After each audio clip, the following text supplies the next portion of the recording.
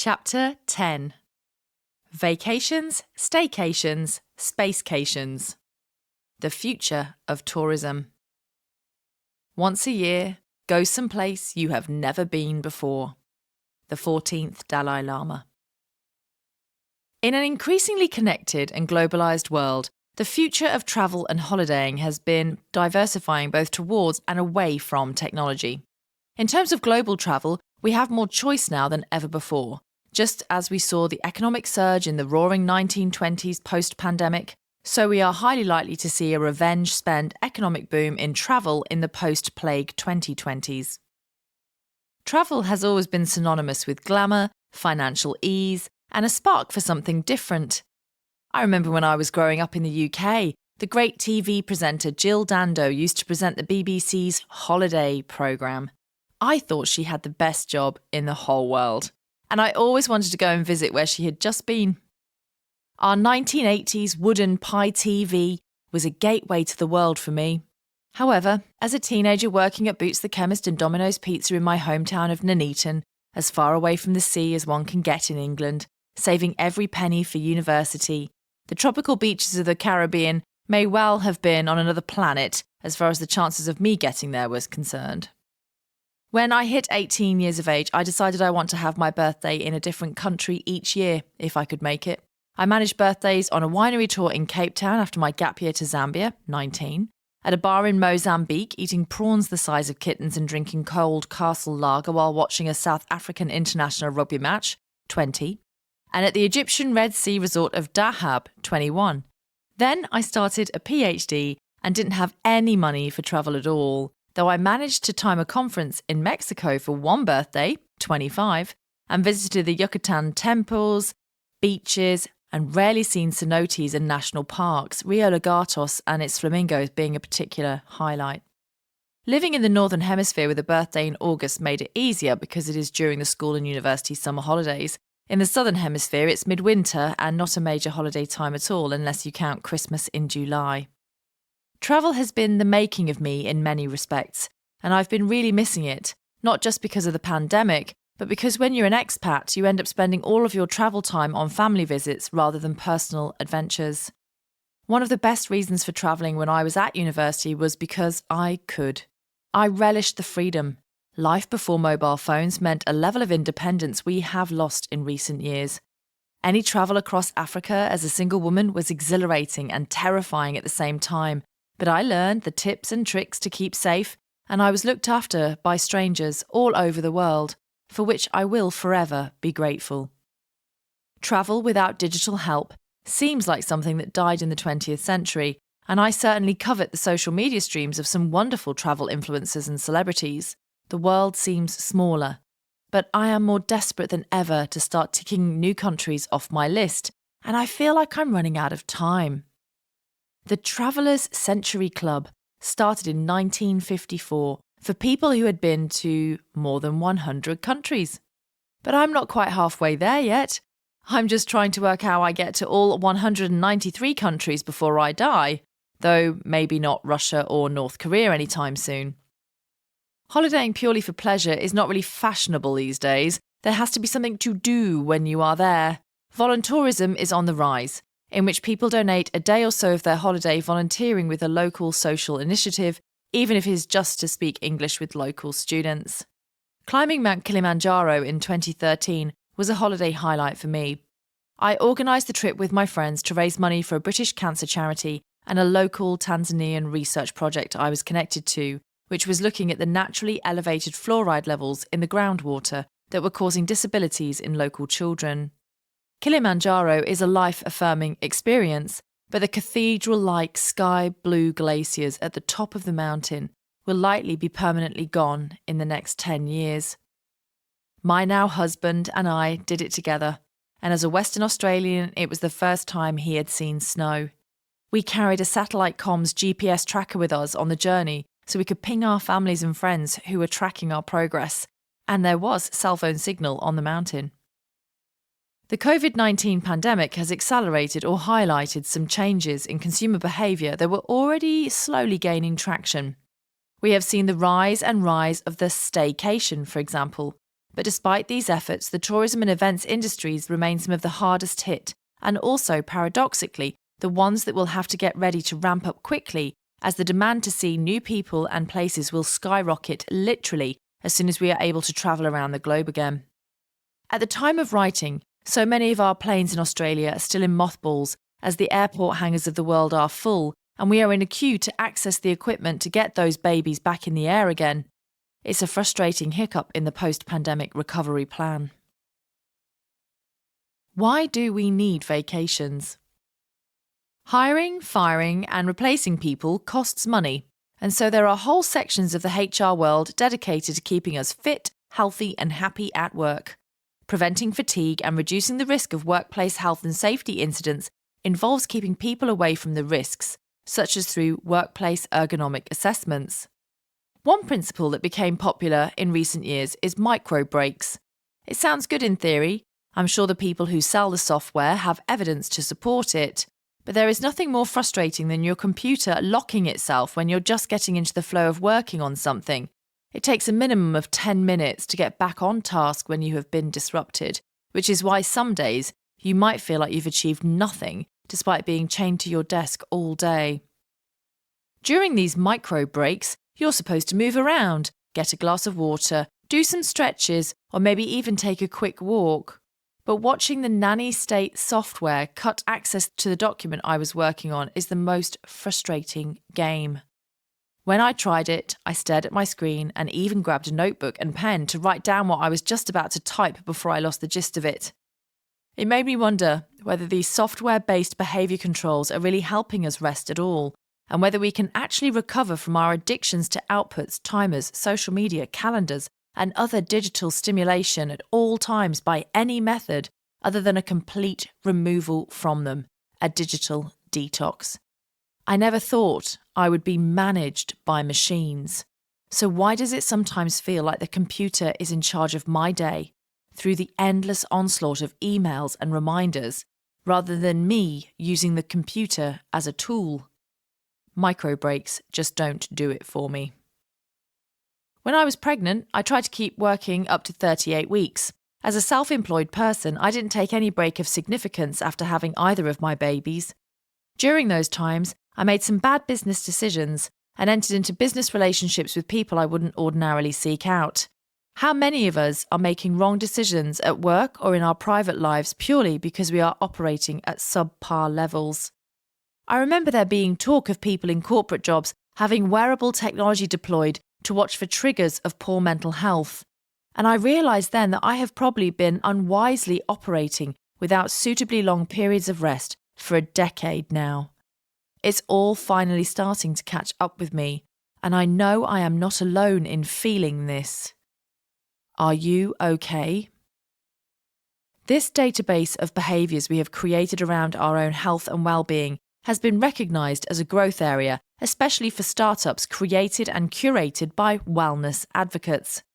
Other than running away to a retreat at Gwyngarner, yes, please sign me up for a week. There are other speciality holidays that have embraced the removal of all technologies, taking you back to basics, sometimes without even electricity, to try to restart your natural circadian rhythms. Most of you reading this book are likely to have grown up with light available at the flick of a switch, without actually wondering what constant lighting has done to you at a basic biological level.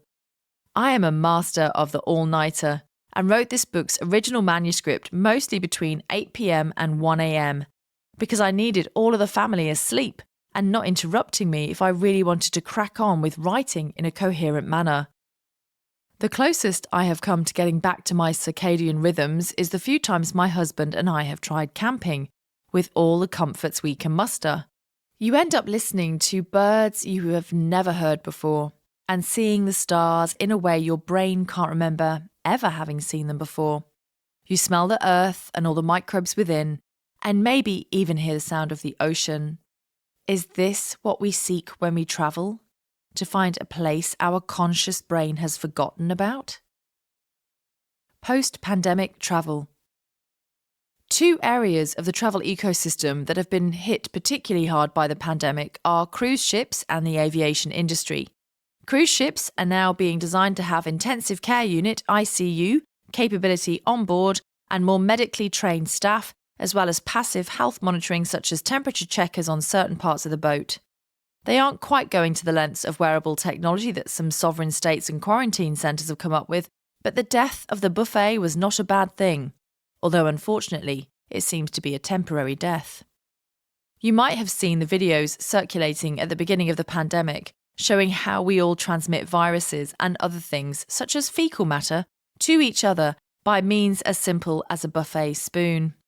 Very nice. At the time of writing, the airline industry is preparing for a resurgence, and in the Asia-Pacific region we are having to plan for pilot shortages again. This then raises the question of how technology can be used to make up for human deficits. How would you feel about getting on a plane that had no pilot on board? How about if the post you sent was flown on an uncrewed plane? FedEx has already started applying for and testing the assurance and insurance regulatory regimes for cargo planes with no humans on board. It certainly makes sense, given there is a limit on the number of people who can fly the planes, to find alternative methods that still keep humans safe. The commercial space industry has had some hiccups in recent years and then major successes in 2021, with Elon Musk, Jeff Bezos, and Sir Richard Branson achieving their first commercial space flights. The best thing to come from this commercial space race for me was when I saw 82-year-old former astronaut Mary Wallace Wally Funk finally get off planet. With this 2021 voyage, Funk became the oldest person to visit space at the time. She had trained to be an astronaut in 1961 as part of the Mercury 13 project, but was excluded from spaceflight at the time due to being a woman. 20 years ago, the commercial passenger-carrying space industry was a $0 game. Now it will become a significant player in the estimated $1.4 trillion space industry. We'll be able to get a ticket to a weekender on the moon in just 5 to 10 years. Some say that the X Prize's 2004 spaceflight competition sparked the whole commercial space tourism industry. The moon has always been touted as a potential launch base for runs to Mars. But would you want to spend approximately 5 years of your life travelling through space? Another option will be to sample what it might feel like through a simulated version. For decades, scientists have been locked in domes or isolated in the Arctic to simulate what a small group of dedicated space travellers might have to put up with should they spend 5 years or so travelling and working together on Mars. With the advent of full-body haptic VR suits, it's possible robots on Mars will be programmed by people on Earth, doing the work in replica environments in large warehouses. Avatars, if you will. You could contribute to the establishment of a human settlement on Mars by doing a bit of light maintenance or engineering that is then conveyed to a robot on the surface of another planet. These possibilities remind me of the very hippie 1972 film Silent Running, which featured biodomes floating in space containing different climates, owned by a corporation that wanted them destroyed because they no longer fitted the business model.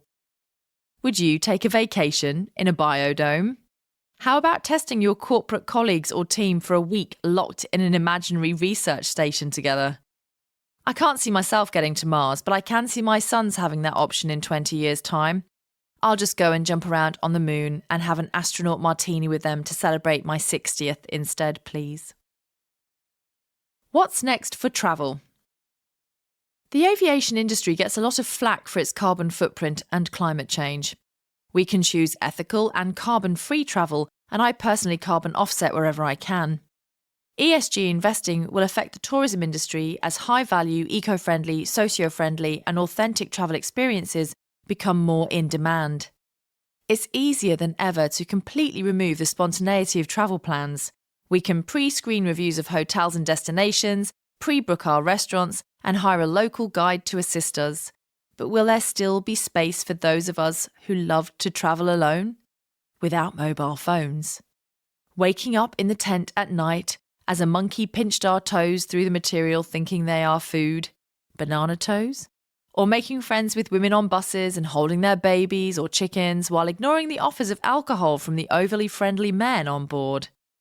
I loved travelling in Africa on my own as a teenager in the 1990s and created some great memories, and I'm sure I worried my mum too as an unintended consequence. Is this something that will be lost to future generations who will plan their gap years in minute detail? Or will we see a resurgence in the kinds of unplanned travel experiences my generation grew up with? Will extreme vacations become the next unplanned gap year? Some people's idea of a great vacation is visiting active war zones. Yes, really. Others are making and breaking world records in extreme travel, such as the longest barefoot journey, which was 2,080.14 kilometres, and the fastest time to travel to all 7 continents, which was 3 days, 14 hours, 46 minutes and 48 seconds. Middle Eastern countries such as the United Arab Emirates and Saudi Arabia are spending a lot of money on building entire tourism-centric spaces, convention and exhibition centres, and even new cities, going so far as to build islands and terraform their coasts to cater to the high-value super-rich. It makes sense that the oil-rich countries of the 20th century would need to diversify their economies as we look to decarbonise and no longer need their hydrocarbons. Tourism has a significant role to play in the economic viability of the Gulf states and could catalyse social change, especially around women's rights, in some countries that wish to attract Westerners and offer holiday value. Saudi Arabia is already hiring Instagram influencers to visit the country and create attractive tourism content ready for when the world starts travelling again at scale. The resurgence of global travel post-pandemic will see digital health assets being attached to biometric chips inside smart passports. I have had a vaccine passport for over 25 years, since my preparations for my travels in Africa in the late 1990s included plans for a Tazara train ride from Zambia to Tanzania. I still have the little yellow World Health Organization yellow fever vaccination record book that I took with me and was very careful not to lose. There was a medical team that moved along the train as you crossed the border, and if you couldn't show you'd had a yellow fever vaccination, they would stick a needle in you right then and there. I found it ironic that Tanzania, the only country in the world where I have ever had to prove I've had a vaccination in order to enter, years later, had a really strong anti-COVID vaccination sentiment. The idea of vaccine records and quarantine stations is not a new concept, so I really don't understand what a lot of the fuss is about the latest COVID-19 vaccination records we will need to carry. Just let me on that plane without hotel quarantine being threatened ever again, please. I relocated to Australia in 2010 in the wake of the global financial crisis and thought I'd give Australia a couple of years to work on interesting projects and then head back to the UK. But that didn't happen, and I think I can safely say that staying in Australia, getting married, having babies and finally becoming an Australian citizen has been the making of my 30s and 40s thus far. I travelled for work to the opposite side of the planet to try something new. In the future, this is likely to be more common as people recognise the global opportunities for their careers and our global hyper-connectivity. Bring on the direct Brisbane to London flights. What a massive game changer to be able to do more direct flights and fewer hub and spoke models. Is there anything worse than being jet lagged and needing to wait in transit somewhere for 11 hours to change planes? And after the flight lands, no digital VR experience can get close to replacing the hugs of loved ones meeting you at arrivals. Get back in the driver's seat. As the great Madonna song says, holiday, celebrate. Maybe it is with the gusto of a 1980s pop song that we need to remember why we loved to travel pre-pandemic. We live on such a beautiful and amazing blue marble that has overwhelming opportunity for travel, but we need to be mindful of the costs to the local area and people if we don't travel carefully and tread lightly wherever we visit. I'm at the age now where I don't have the desire to repeat any holiday twice. I've never understood those that just go back to the same place year after year. How monotonous and boring. There are too many things I haven't seen and experiences to be had. I must see more. Get one of those maps where you scratch off the countries that you have visited. Get inspired with documentaries and write lists of things you'd like to do. Carbon offset and check the credentials of any tour companies you use. Choose locally owned where you can. Donate to charities in the country that you visit. Maybe work with the local university for a day and speak English with the students. There are so many small but powerful things we can do to be better travellers. Be a traveller, not a tourist. The world is your oyster.